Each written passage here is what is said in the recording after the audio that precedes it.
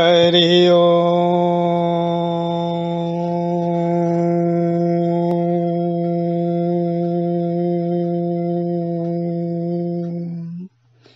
बोलिए श्री सद्गुरु भगवान की जय। बोलिए श्री गणपति महाराज की जय। बोलिए श्री गौरी शंकर भगवान की जय। बोलिए श्री अम्बे मात की जय।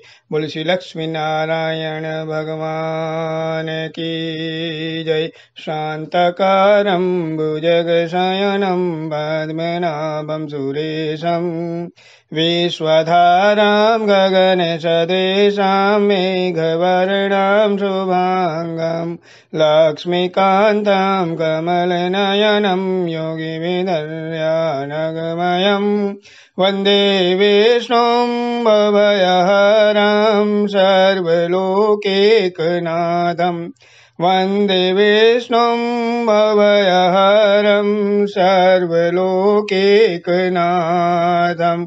बोल श्री लक्ष्मी नारायण भगवान की जय। श्री माघ मास महात्म्य कथा श्री 21वां अध्याय। 21वें अध्याय में महर्षि वशिष्ठ राजा दिलीप से कहते हैं, राजन, ब्राह्मण वेद निधि को उनके पुत्र और गंधर्व कन्याओं की मुक्ति का उपाय बताते हुए महर्षि लोमस ने कहा है, वेद निधि, यदि ये सब पिशाच योनि को प्राप्त गंधर्व बालाएं तथा तुम्हारे पुत्र आग्नेय मेरे साथ से प्रयागराज चलकर विधि पूर्वक माघ मास का स्नान करें, तब माघ मास के अंत में इन्हें अवश्य ही मुक्ति प्राप्त हो जाएगी। इसके अलावा मेरी दृष्टि में कोई अन्य मार्ग नहीं है। फिर ब्राह्मण वेद निधि को महर्षि लोमस ने इसी माघ स्नान के प्रभाव का वर्णन किया। माघ मास का स्नान विभिन्न तीर्थों में करने से क्या फल मिलता है उसका वर्णन किया। फिर लोमस ऋषि कहते हैं कि हे वेद निधि, श्री प्रयागराज जी में माघ मास में मात्र 3 दिन स्नान करने पर भी महापापी भी मुक्ति प्राप्त कर जाते हैं तथा देवलोक में देवताओं के समान सभी सुख प्राप्त करते हैं। हे वेद निधि, एक सुंदर आख्यान मैं तुम्हें सुनाता हूं, ध्यान से सुनो। अत्यंत प्राचीन काल में एक राज्य था जिसका नाम अवंती था। उसके राजा का नाम वीरसेन था। राजा अत्यंत धर्मात्मा था। एक बार उसने श्री नर्मदा जी के तट पर राजसूय यज्ञ किया। उसने 16 अश्वमेध यज्ञ भी किए थे तथा इन यज्ञों में उसने अतिथियों का, ब्राह्मणों का अवर्णनीय स्वागत किया और अवर्णनीय दान दिया था। हे विप्र, उस धर्मात्मा राजा ने पर्वताकार अन्न के ढेर के समान ब्राह्मणों को दान किया। वह दानी और धर्मात्मा राजा भगवान और देवताओं का बड़ा भारी भक्त था तथा गौ एवं स्वर्ण का नित्य दान करने वाला था। उन्हीं राजा वीरसेन के राज्य में ही भद्रक नामक एक ब्राह्मण रहता था। उत्पन्न तो वो ब्राह्मण कुल में हुआ था, लेकिन उसके कर्म ब्राह्मणोचित नहीं थे। उसने ज्ञान की प्राप्ति नहीं करी, अधार्मिक मार्ग पर लीन रहता और किसी प्रकार अपना भरण पोषण करता था। और उसकी ये सब आचरण को देखकर उसके परिवारजनों ने उससे घर से निष्कासित कर दिया, उसे घर से निकाल दिया। अब वह इधर उधर भटकने लगा।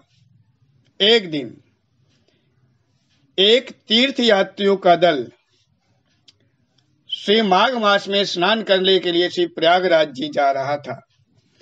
भद्रक भी उनके साथ हो गया। वह मार्ग में हरि कीर्तन तथा हरि कथा सुनता हुआ उन तीर्थ यात्रियों के साथ ही श्री प्रयागराज पहुंच गया। बोली प्रयागराज महाराज की जय। वहां पहुंचकर भद्रक ने माघ मास की शुक्ल पक्ष की एकादशी से लेकर लगातार पूर्णिमा तक नियम से निष्ठा पूर्वक माघ स्नान किया। यही नहीं, उसने वहां कुछ श्रम कार्य करा, कुछ मेहनत भी करी, कुछ द्रव्य धन भी अर्जित किया और इस धन को उसने दान भी किया। प्रयागराज जी में माघ स्नान से उसका हृदय परिवर्तित हो गया। उसने संकल्प किया कि अब वह आजीवन चोरी, निंदा, ईर्ष्या, द्वेष इत्यादि अपकर्मों से मुक्त रहेगा। इंद्रियों को वश में रखेगा, सत्य और अहिंसा का पालन करेगा, शुभ कर्मों में लीन रहेगा। आगे उसने अपने इसी संकल्प के अनुसार ही जीवन व्यतीत किया। कठिन श्रम करके वह अपनी जीविका का अर्जन करता और उस जीविका से कुछ परोपकार, कुछ दान भी करता था।